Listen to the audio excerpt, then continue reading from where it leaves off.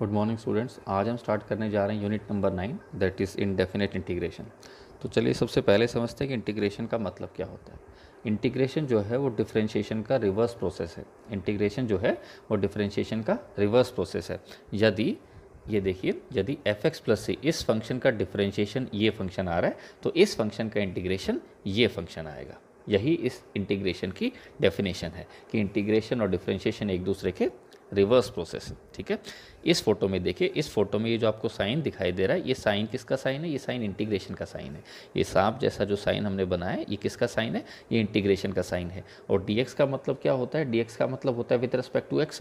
ये जो हम इंटीग्रेशन कर रहे हैं विद रिस्पेक्ट टू x कर रहे हैं। इस बात के मायने क्या है? इस बात के मायने ये हैं कि x को छोड़कर बाकी चीज़ें प्योर कॉन्स्टेंट की तरह काम करेंगी। जिस फंक्शन का इंटीग्रेशन हम करते हैं उस फंक्शन को क्या बोला जाता है? इंटीग्रैंड बोला जाता है। और जो आंसर आता है उस आंसर को हम क्या बोलते हैं? उस आंसर को इंटीग्रल बोलते हैं। उस आंसर को क्या बोलेंगे? इंटीग्रल। जिस फंक्शन को इंटीग्रेट करते हैं उस फंक्शन को इंटीग्रैंड बोलेंगे, और जो आंसर आता है उस आंसर को हम क्या बोलते हैं? उस आंसर को इंटीग्रल बोलते हैं। ठीक है, अब इंटीग्रेशन के कुछ सिनोनिम्स होते हैं, जैसे एंटी डेरिवेटिव। डिफरेंशिएशन को आप डेरिवेटिव बोलते हैं, तो क्योंकि इंटीग्रेशन डिफरेंशिएशन का रिवर्स प्रोसेस है इसलिए इंटीग्रेशन को एंटी डेरिवेटिव बोला जाता है। ठीक है, एक और नाम होता है इंटीग्रेशन का, दैट इज प्रिमिटिव। यानी कौन कौन से सिनोनिम्स हो गए इंटीग्रेशन के? एंटी डेरिवेटिव या प्रिमिटिव।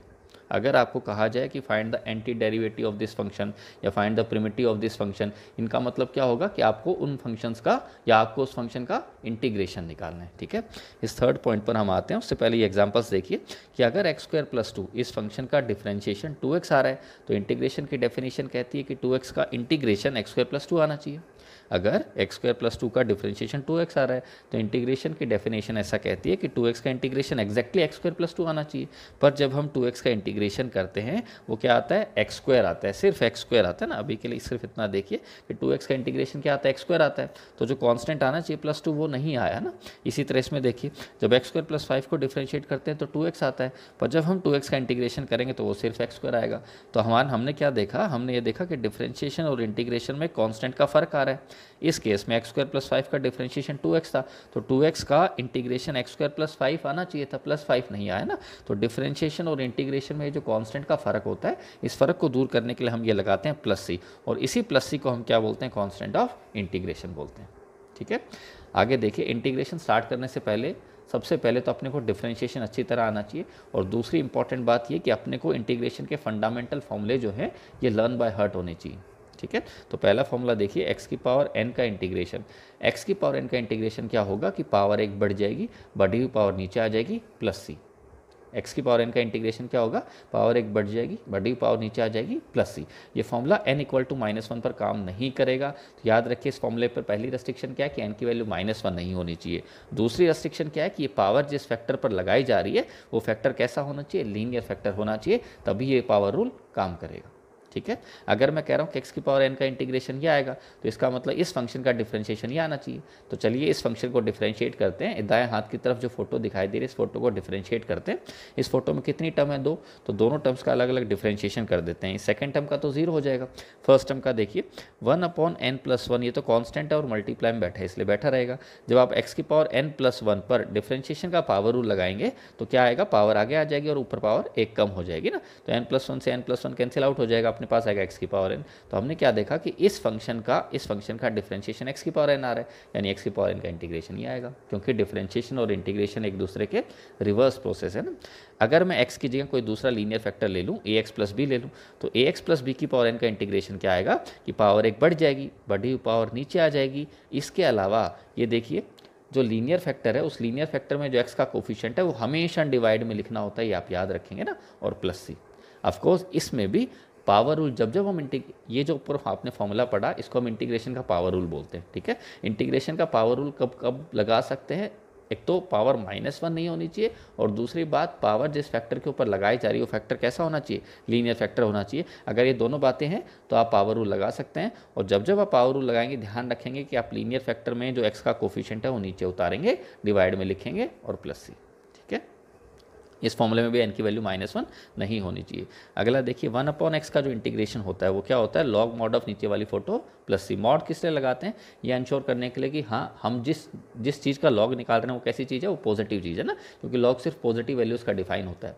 जीरो का भी लॉग जो होता है वो डिफाइन नहीं होता ना, लॉग जीरो कितना होता है -∞। तो बस ये इंश्योर करने के लिए कि जिस चीज़ का हम लॉग निकाल रहे हैं वो कुछ पॉजिटिव है, हम मॉड लगा देते हैं। ठीक है, तो कॉन्स्टेंट अपॉन लीनियर फैक्टर का इंटीग्रेशन क्या हो जाएगा, लॉग मॉड ऑफ नीचे वाली फोटो प्लस सी। अब देखिए x की जगह कोई दूसरा लीनियर फैक्टर ax प्लस भी होता तो याद रखिए आंसर में लॉग कब आएगा, जब कांस्टेंट अपॉन लीनियर फैक्टर, और ऐसा लीनियर फैक्टर जिसकी होल की पावर आपको 1 दिखाई दे रही हो ना, तो उसका आंसर क्या आ जाएगा, लॉग मॉड ऑफ नीचे वाली फोटो डिवाइडेड बाय क्वेश्चन में जो लीनियर फैक्टर है उसका जो उसके अंदर उस लीनियर फैक्टर में जो x का कोफिशिएंट है वो हमेशा डिवाइड में लिखना है और प्लस सी। ठीक है, तीसरा फॉर्मूला देखिए e की पावर x का इंटीग्रेशन क्या होता है, e की पावर x प्लस सी। अगर इस x की जगह कोई दूसरा लीनियर फैक्टर ax प्लस भी होता तो क्या होता, e की पावर x पढ़ेंगे एक बार तो इसे ये स्टैंडर्ड फॉर्मूला लगाएंगे, तो e की पावर x का इंटीग्रेशन e की पावर x। इसके अलावा डिवाइड में क्या लिखना है, पावर में जो लीनियर फैक्टर है इस लीनियर फैक्टर में जो x का कोफिशिएंट है वो हमेशा डिवाइड में लिखना है और प्लस सी लगाना है। ठीक है, फोर्थ देखिए ए की पावर x का इंटीग्रेशन क्या होगा, ए की power x divided by log A plus C. अगर इस x की जगह पावर में मैं कोई दूसरा linear factor P x plus Q ले लेता तो आंसर क्या आता, इसे मैं पढ़ रहा हूँ ए की पावर x, तो ए की पावर x का होता है ए की power x divided by log A. इसके अलावा पावर में जो लीनियर फैक्टर है इस लीनियर फैक्टर में जो x का कोफिशिएंट है वो डिवाइड में लिखना है प्लस सी। इसी तरह साइन एक्स का integration minus cos x plus C होता है। जब आप इस माइनस कॉस एक्स को डिफरेंशिएट करेंगे तो आपके पास साइन एक्स आ जाएगा, तो साइन एक्स का इंटीग्रेशन माइनस कॉस एक्स आ रहा है, इसका मतलब माइनस कॉस एक्स का डिफरेंशिएशन साइन एक्स आएगा। ठीक है, तो sine of A x plus B का इंटीग्रेशन क्या आ जाएगा, ये देखिए मैं इसे साइन एक्स ही पढ़ रहा हूँ ना, तो साइन एक्स का integration minus cos divided by, अब एंगल में जो लीनियर फैक्टर है इस लीनियर फैक्टर में जो एक्स का कोफिशिएंट है वो हमेशा डिवाइड में लिखना है प्लस सी। अब कई बच्चे सोच रहे होंगे सर एंगल में लीनियर फैक्टर ना होकर क्वाड्रेटिक क्यूबिक कुछ ऐसा हो, तो ये आप याद रखें कि फंडामेंटल फॉर्मूले सिर्फ और सिर्फ तभी काम करेंगे जब एंगल में या पावर में कैसा फैक्टर हो, लीनियर फैक्टर हो। ये फंडामेंटल फॉर्मूलों की पहली शर्त है कि एंगल में या पावर में अगर लीनियर फैक्टर है तभी ये रिजल्ट्स काम करेंगे। ठीक है, अगर एंगल में या पावर में लीनियर फैक्टर नहीं है तो हम आगे देखेंगे कि हम क्या करते हैं लीनियर फैक्टर बनाने के लिए। ठीक है, फिलहाल के लिए आप ये स्टैंडर्ड रिजल्ट्स याद रखेंगे कि साइन एक्स का इंटीग्रेशन क्या होता है, माइनस कॉस एक्स, और अगर इस एक्स की जगह कोई दूसरा लीनियर फैक्टर आ जाए तो रिजल्ट क्या हो जाएगा, साइन एक्स का इंटीग्रेशन माइनस कॉस, तो ठीक है, डिवाइड में क्या लिखना है, इस लीनियर फैक्टर में जो एक्स का कोफिशिएंट है वो डिवाइड में लगाना है और प्लस सी। इसी तरह कॉस एक्स का इंटीग्रेशन क्या होता है, sine x plus C. Secant square x का integration tan x plus C. Cosecant square x का integration minus cot x plus C. Secant x into tan x का integration secant x plus C. Cosecant x into cot x का integration minus cosecant x plus C.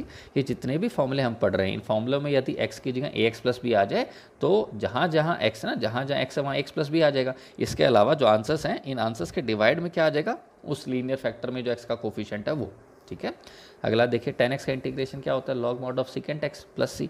अगर मैं secant x को 1/cos लिख दूं और log m/n ये property लगाऊं तो मेरे पास minus log mod of cos x, ये रिजल्ट भी आ जाएगा।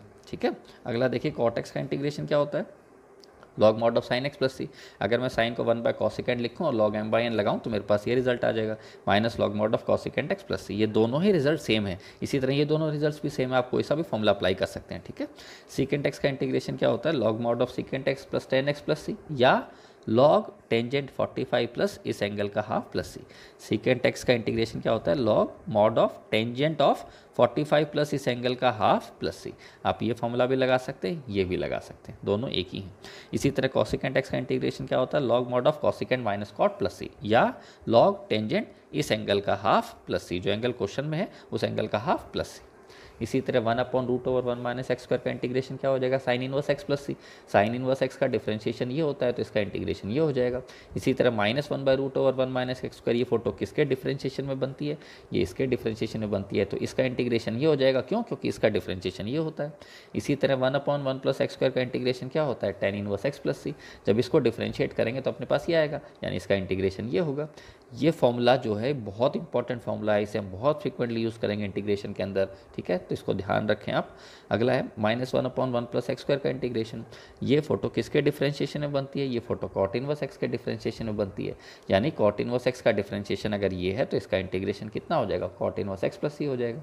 इसी तरह 1/x × √x² - 1 का इंटीग्रेशन क्या होगा, सीकेंट इनवर्स x प्लस सी, और इसका इंटीग्रेशन क्या हो जाएगा, cosecant inverse x plus C. ये फॉर्मूले आपको लर्न बाय हार्ट होने चाहिए, ये फंडामेंटल इंटीग्रेशन के फॉर्मूले है ना, बेसिक फॉर्मूले है इंटीग्रेशन के।